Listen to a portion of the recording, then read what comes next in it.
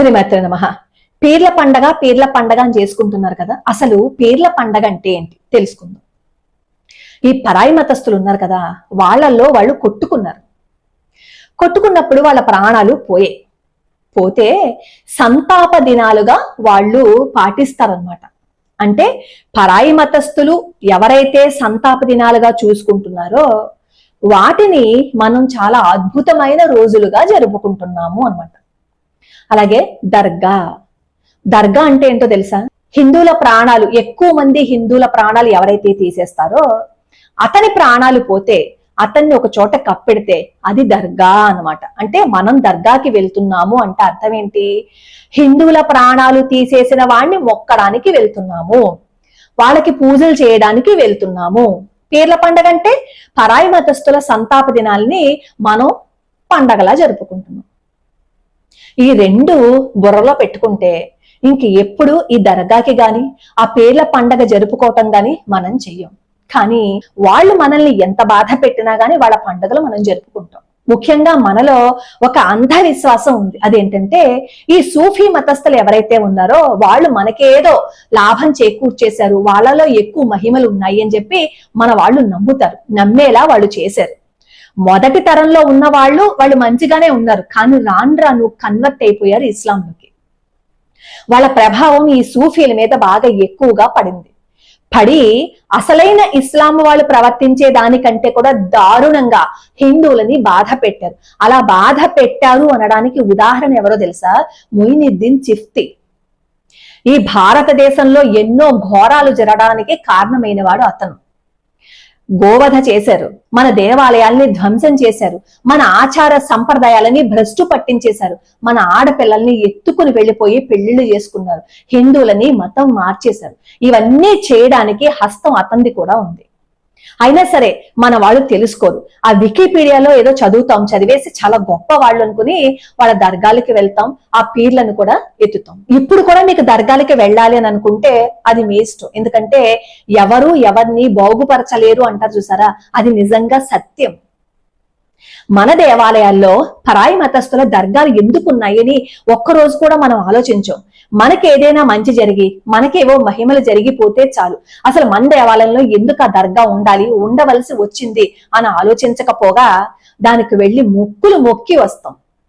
మనకి సిగ్గు ఎగ్గు అవేం ఉండవు కాబట్టి వెళ్ళి మొక్కేసి వస్తాం. అలా అన్నాను అనుకోండి, అందరినీ మనం భాయి లాగా చూడాలండి అంటాం. అంటే మనల్ని ఏడిపించిన వాడి దర్గాకి మనం వెళ్ళాలి, అలా వెళ్తేనే భాయి అని అనమాట. అప్పుడే భాయి అని మనం చెప్పుకోవడం అనమాట. ఎవరో సంతాప దినాల్ని మనం పండగగా జరుపుకుంటే అది హిందువుల యొక్క గొప్పతనం అనమాట. అది సర్వమత సమ్మేళనం అనమాట. ఈరోజు పొద్దున చెప్పాను, జమాలుద్దీన్ అని అతను స్వయం ప్రకటిత పీర్ బాబా. అతను చేసిందేంటి? అతను కూడా ఇదే చేశాడు, మత మార్పిడి చేశాడు. చిన్న పిల్లల్ని మతం మార్చేశాడు. దాదాపుగా 100 మంది ఆడపిల్లల జీవితాలతో ఆడుకున్నాడు. ఇలా కన్వర్ట్ అయిపోయిన వాళ్ళు మనల్ని ఏడిపించుకుని తినేస్తున్నారు, అసలైన వాళ్ళు మనల్ని ఏడిపించుకుని తినేస్తున్నారు. మనకి భద్రత లేదు, మనకి రక్షణ లేదు అని ఒక పక్క నుంచి మొరపెట్టుకుంటుంటే మన వాళ్ళకి పిచ్చి పీక్స్కి వెళ్ళిపోయింది అంటారు చూసారా.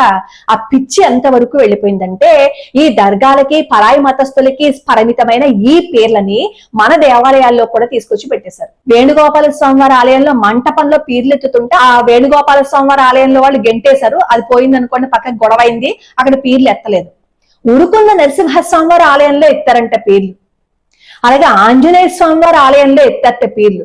బుద్ధి జ్ఞానం విచక్షణ జ్ఞానం ఇవేం లేవా? ఇంకా ఎవరో ఏదో చెప్తే పరాయి మతస్థులకు కూడా మన దేవాలయాల్లో స్థానం కల్పించేస్తారా? అంటే అక్కడ కూడా దర్గాలు కట్టేసి పరాయి మతస్థులు అన్ని మన దేవాలయాల్లో చేసేస్తారా?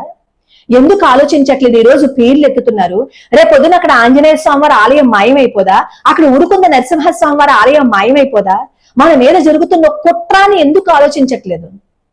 వాళ్ళ పండుగల్లోకి వెళ్ళి వాళ్ళలోకి వెళ్ళి మనకే ఏదో గొప్పగా ఎందుకు అక్కడికి వెళ్ళి డాన్సులు కడుతున్నారో అసలు అర్థమే కావటం లేదు. మరి వాళ్ళ సంతాప దినాలనే పండుగగా జరుపుకుంటున్నారు కదా. మన దేశం కోసం ఎంతమంది బలిదానం అవ్వలేదు, ఎంతమంది ప్రాణాలు వదిలేయలేదు.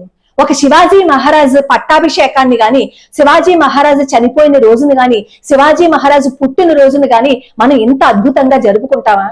మహారాష్ట్రలో ఎక్కడో జరుపుకుంటారు అంతే. ఈ మధ్య కాలంలో కాస్త హిందువుల ఐక్యత వచ్చింది కాబట్టి ఈ మధ్య జరుపుకుంటున్నాం. మన దేశం కోసం బలిదానం అయిపోయిన వాళ్ళు ఎంతమంది ఉన్నారు, ఎంతమంది, లెక్క పెట్టలేనంత మంది ఉన్నారు. వాళ్ళ పేర్లలో కనీసం ఒక 10 మంది పేర్లు మనకి తెలుసా? వాళ్ళ పుట్టినరోజులు గాని, వాళ్ళ యొక్క సంబంధించిన ఏదైనా విశేషమైన రోజులు కానీ మనం ఒక్కడు జరుపుకుంటావా? దేశం కోసం ప్రాణాలు వదిలేశారు అంటే వాళ్ళు భగవంతుడితో సమానం.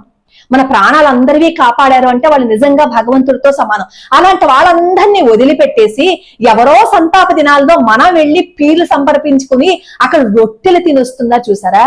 అలా వెళ్ళిన హిందువులకి సిగ్గు లేదు అంటాను. మారండి, ఇంకెప్పుడు మారుతారు? పరాయి వాళ్ళ ఆచారాలని, పరాయి వాళ్ళ పండగలను కూడా మనమే అడాప్ట్ చేసుకుంటామా? మనమే చేసేసుకుంటామా? వాళ్లే చేసుకోవట్లేదు కదా, మనం ఎందుకు చేసుకోవాలి అనే ఆలోచన ఎప్పుడు ఆలోచిస్తారు? ఇప్పుడు చెప్పండి, ధర్మపెబువులు ఉన్నారు కదా ఈ మధ్య, హిందువుల మీద దాడి చేసే ధర్మపెబువులు ఈ దేవాలయాల్లో పీర్లు ఎత్తుతున్నారు కదా, పీర్లు ఎత్తకండి అని చెప్పి ధర్మ పోరాటం చెయ్యండి. ఆడవాళ్ళ మీద ప్రతాపం చూపించటం కాదు, దేవాలయాల్లో పీర్లెత్తుతున్న వాళ్ళని, హిందువులు ఎవరైతే పీర్ల పండుగ జరుపుకుంటున్నారో అక్కడ వాళ్ళలో అవేర్నెస్ కల్పించండి. దేవాలయాలకు వెళ్తున్న వాళ్ళని దేవాలయాలకు వెళ్ళొద్దు అని ఆపేసి వీళ్ళ దృష్టి అంతా ఈ పీర్ల పండుగ జరిపోయేలాగా మళ్లించకండి దయచేసి. మీరు ధర్మ పోరాటం చేయకపోయినా పర్వాలేదు కానీ హిందువులను మాత్రం దేవాలయానికి వెళ్లకుండా ఆపేస్తే అంతకంట ధర్మ ద్రోహులు ఎవరు ఉండరు.